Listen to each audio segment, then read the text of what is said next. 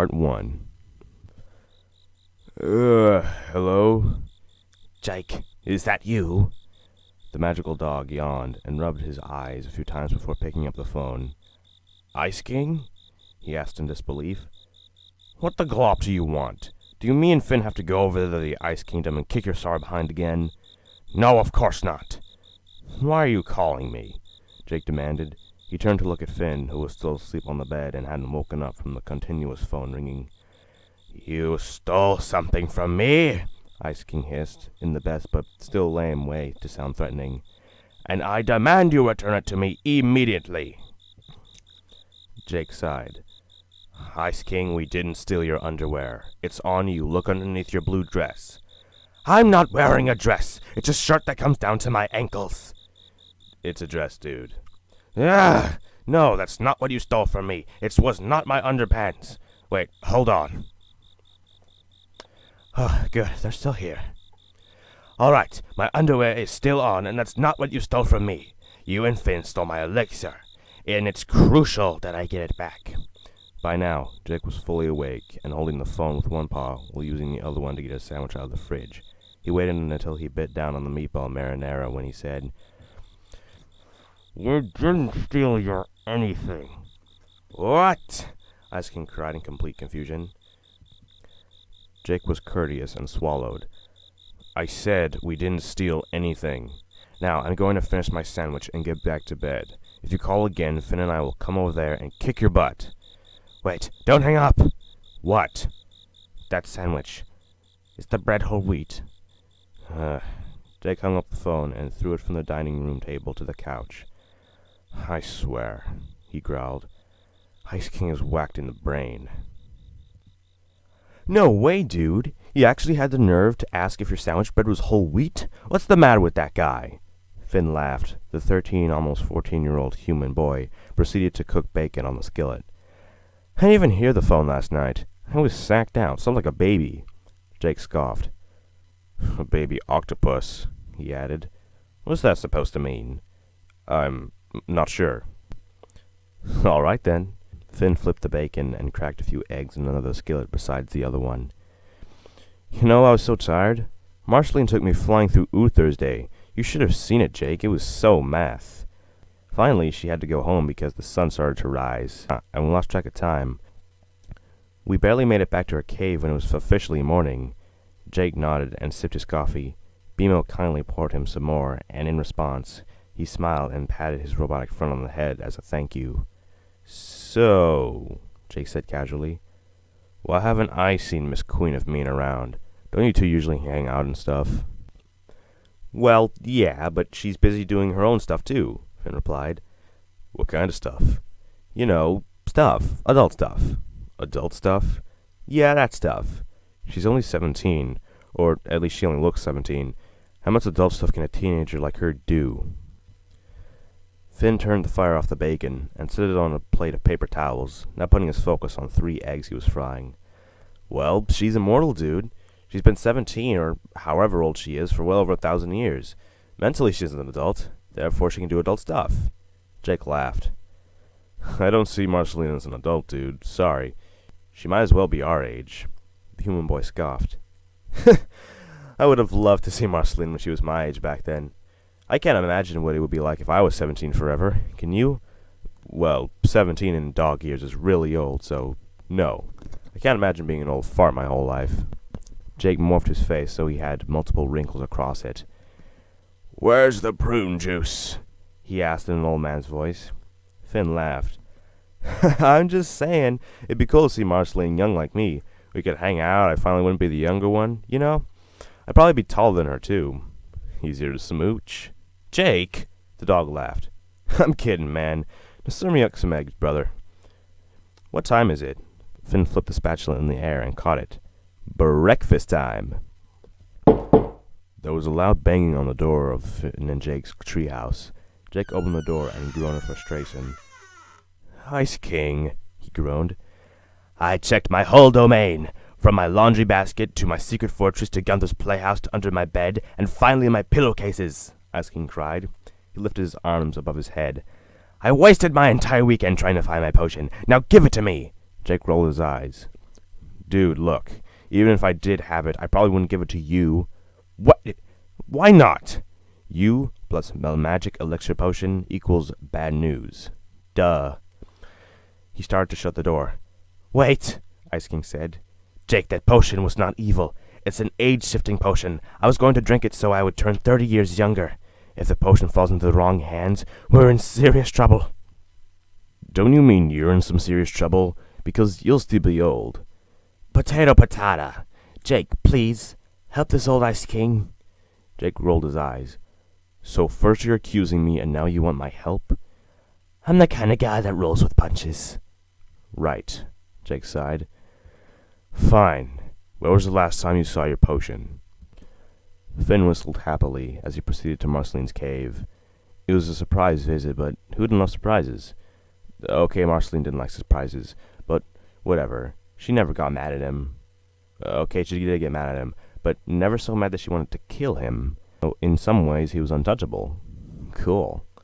He proceeded into the cave into Marceline's front porch.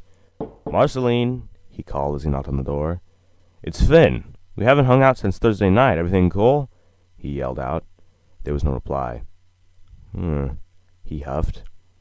He tried the door. It was unlocked. Cool. Finn smiled, walking into her living room. Marceline, it's me, Finn. Her house was completely dark, as expected, but Finn knew where the light switch was. He flicked it on, and his eyes went wide. Her living room was a complete mess.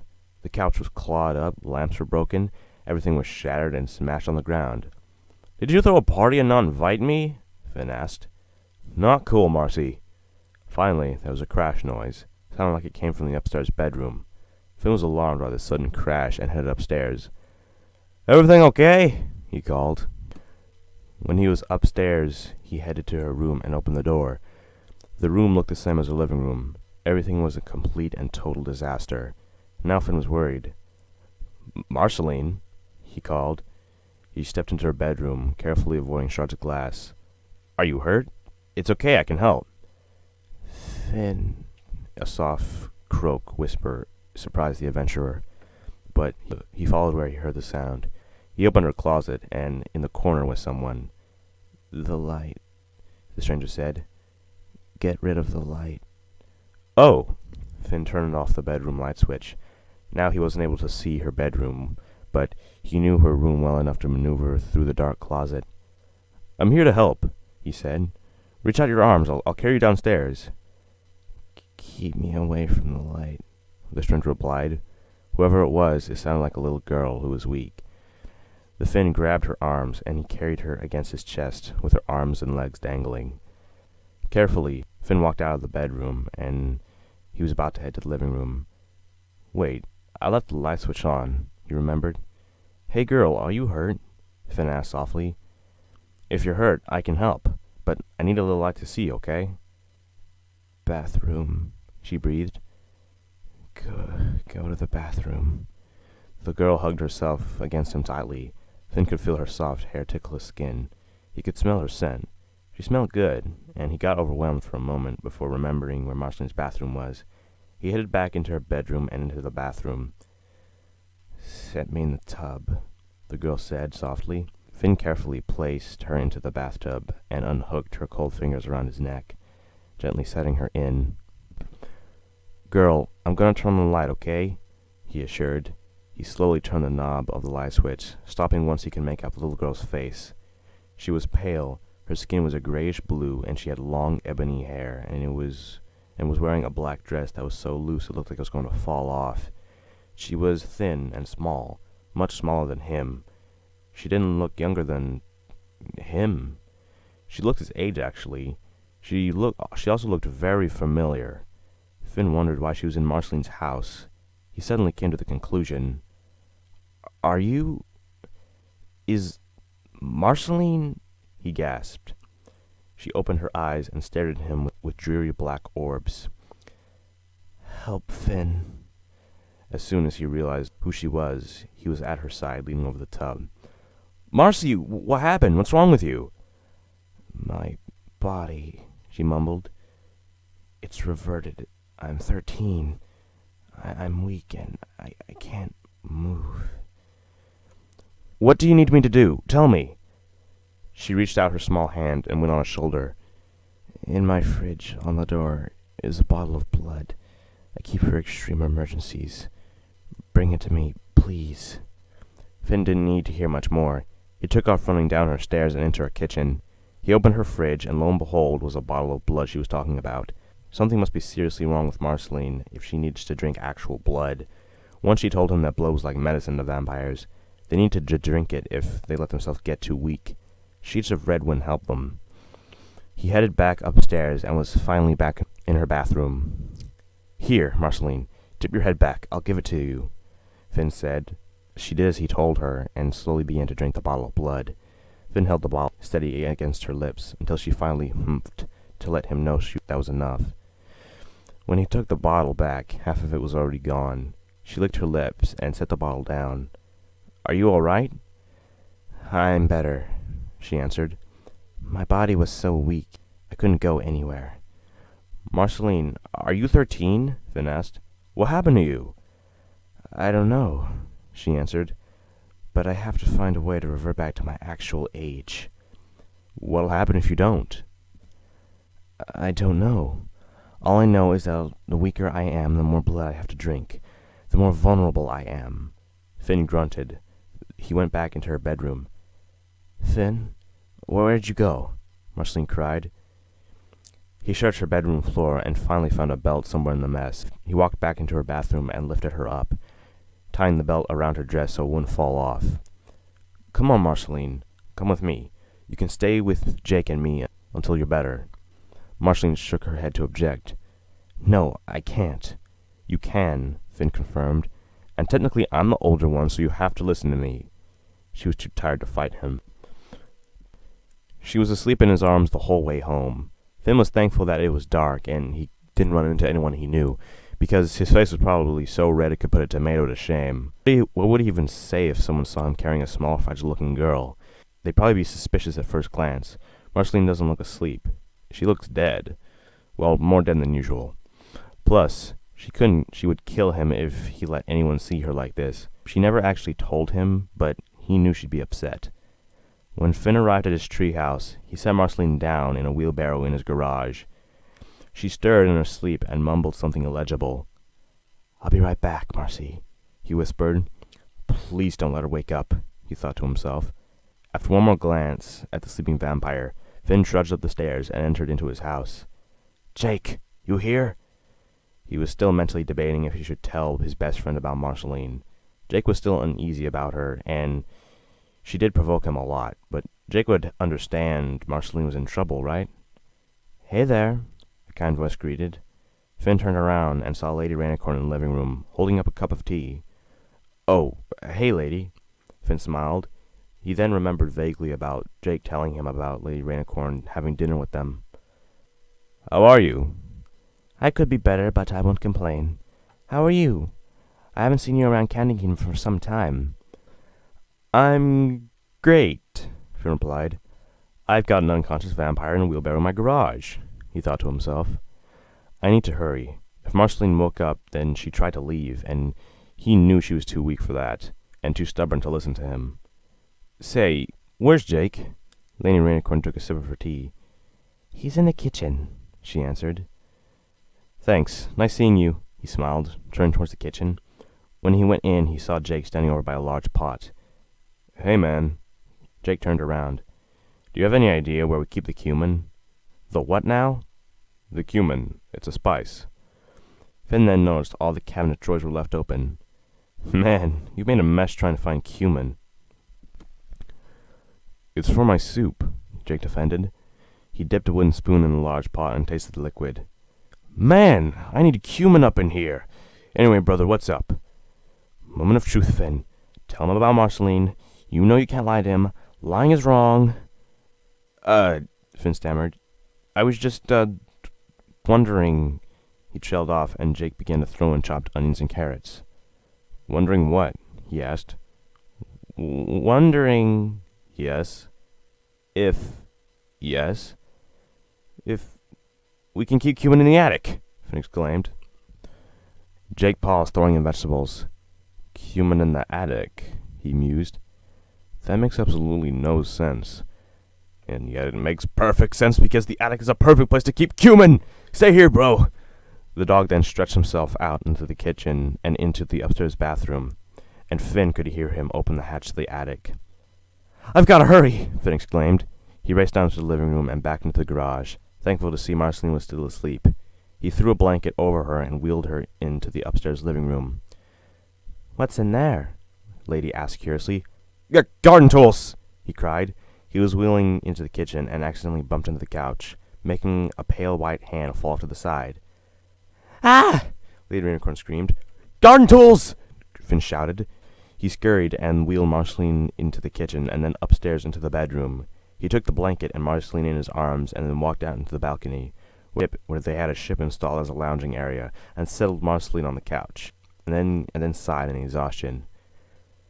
"We made it, Marceline." She stirred in her sleep once again, making a soft, whinny sound. Finn smiled. Marceline was almost acting cute. You know, for her, usually she was mean, talking smack, making sarcastic quips, and scaring Jake. But now she was asleep and looked so adorable. He felt his face grow hot again as he turned away. Jake would know something was up if he saw him blush. Finn barely made it back to the bedroom when he saw Jake coming back from the attic. "I found some cumin, dude," he said happily. "Really?" Finn said in disbelief. "Wow. I know. Now I have the ingredients to make the soup spicy," Jake said dramatically. Finn laughed. "Cool, dude. Call me when it's ready." "You're trapped, Marceline. How does it feel, Marceline? Powerless, weak, controlled." "Stop it!" she screamed. She rose up and tried to lunge forward, but the chains around her wrists snapped her back. She fell back on the cold ground and tried to find the voices in the darkness. Everywhere was black. She couldn't see a thing. The simple chains around her wrists she couldn't break through. Weak. No, she wasn't weak. "Ah!" she snarled as she tried to pry the chains off of her. "No stronger than a human, no better than a human, fragile like a human." "Shut up!" she roared. The voices weren't coming from anywhere. The voices inside her head, taunting her. Her breathing becomes erratic as she tries to free herself from her chains, desperately trying to find some kind of light in the darkness. Her wrists were burning. She knows she rubbed them raw, but she can't stop. She has to keep trying. "You call yourself a queen? You're not queen. You don't deserve to be queen any longer." The voices in her head wouldn't stop. She desperately tries to cover her ears, shut her eyes tight, tries to think of something to get her off the pain. "Say goodbye to everything you love. It's all coming to an end. Everything you know is being stripped from you." "No!" she screamed. "I won't allow it. I'll stop you. I'll find you. I'll kill you. I'll shut you up." Once again, she struggles with the chains and grunting and yelling in pure frustration and desperation as she does so. "I'll break free!" "Goodbye, Marceline. Goodbye, Marceline. Farewell, Marceline." Her eyes snap open and she starts yelling every curse and swear in the book leaving her mouth, until a warm hand clasps down on her lips to muffle her yelling. Marceline, it's okay, Finn exclaimed. "There's nothing to worry about. You're here with me. Nothing's wrong." His words were calming, and she settles down. Can I take my hand off your mouth now? She nods yes. Finn carefully lifts his hand off her mouth. "If they smell like bacon, it's because of my new bacon-scented lotion," he informed. The first thing she does is lift up her hands. Her wrists are fine. No bloody marks, no raw wounds, just pale, thin wrists. Finn sits down on the lawn chair beside her. "So I'm guessing you've got questions." She nods. "Great, I've got answers." Marceline sat up on the couch. "What time is it? And if you say adventure time, I'll pop you in the mouth." He laughed. "That's me and Jake's thing. It's 11. At night? No, in the morning." She's surprised to hear this. "What am I doing up this early?" "Well, you've been asleep for almost a day now, so..." "What day is it?" "Wednesday." Marceline is in disbelief. "Glob," she muttered. Finn, tell me everything that has happened, and what happened after you set me in the tub at my house. You asked me to bring you some blood from the fridge and... That was it. Crap, she hissed, interrupting him. Finn, how much blood did I drink? He seemed confused that she would ask that of him. Finn? Marceline's voice had no trace of humor whatsoever. Half a bottle, I think. Marceline groaned and put her face in her hands. Hey, Marcy, are you all right? Never let me drink that much blood again, she told him. But I thought it helped you. It did. Then what's wrong? When I drink that much blood, it gives me nightmares, and on rare occasions hallucinations. Whoa, cool. It really gives you nightmares? Finn inquired. Marceline gave him an unamused look. I'm guessing I still look 13? Finn nodded. Do you want to see? I've got a mirror. Vampire, remember? Don't got a reflection? She blew a strand of ebony hair out of her face. Oh, well. Here, I can give you a self-portrait and draw what you look like. Finn, I've seen your artwork. It looks like crayons threw up scribbles. Aw, you're so sweet. Smiling, Finn sat up and went to his bedroom to get his drawing stuff. Marceline rolled her eyes at her failed attempt to insult him. While she was alone, she inspected herself. Apparently what used to be her shirt now fit her like a dress. She vaguely remembered Finn trying to tie a belt around her so her shirt wouldn't fall off. Great. That means most of her clothes in her closet wouldn't fit her. She inspected her hair. The soft strands were shorter, only coming down to her upper back instead of her knees. Should I wash my hair? She mused. Glob, I should take a shower. Finn came back and sat down in the lawn chair. Stay still. Whatever, she huffed. 5 minutes passed, and Finn continued to scribble and color with red crayon on his piece of paper. And done. He held up the paper. Finn, you took a picture of me, cut out my face, and glued it on a picture of a little girl from your magazine. Marceline laughed. Loser. What are you drawing? He laughed. I was drawing a red blotch. Figured you could use it as a snack. Finn handed her the paper. She put her fang on the crayon blotch, and in a matter of seconds the paper turned a dull gray. Feeling better? Marceline smiled. Thank you, Finn. She finally had enough lying in bed. She needed to get up and stretch her legs. Slowly she walked into Finn and Jake's room and started to trudge along downstairs. Marceline wasn't going to attempt to fly. That takes strength, and that's something she didn't have. When she was downstairs, she saw Jake playing on the couch with Bimo. Hey, Jake, she said casually. The dog was lucky tonight. She decided she was going to treat him with a bit more respect. Jake looked up from his game. Well, hey there, cutie, he cooed. Where'd you come from? Suddenly all the civil she was ready to show to him was burned to a crisp. Excuse me? He didn't seem perturbed by her hissing. Where'd you come from? Are you lost? Jake, if you keep talking to me like that, I'll rip your head off. How do you know my name? Who are you? Do you know Finn? I can help you, little girl. Marceline's eyes went wild. Little girl! Jake, I'm going to... And just as quickly as water puts out fire, Finn put out Marceline's death threat. He was suddenly in the room, running from the kitchen, and before she could finish her sentence, his hand was on her mouth. Again. Janet, I found you! Finn exclaimed.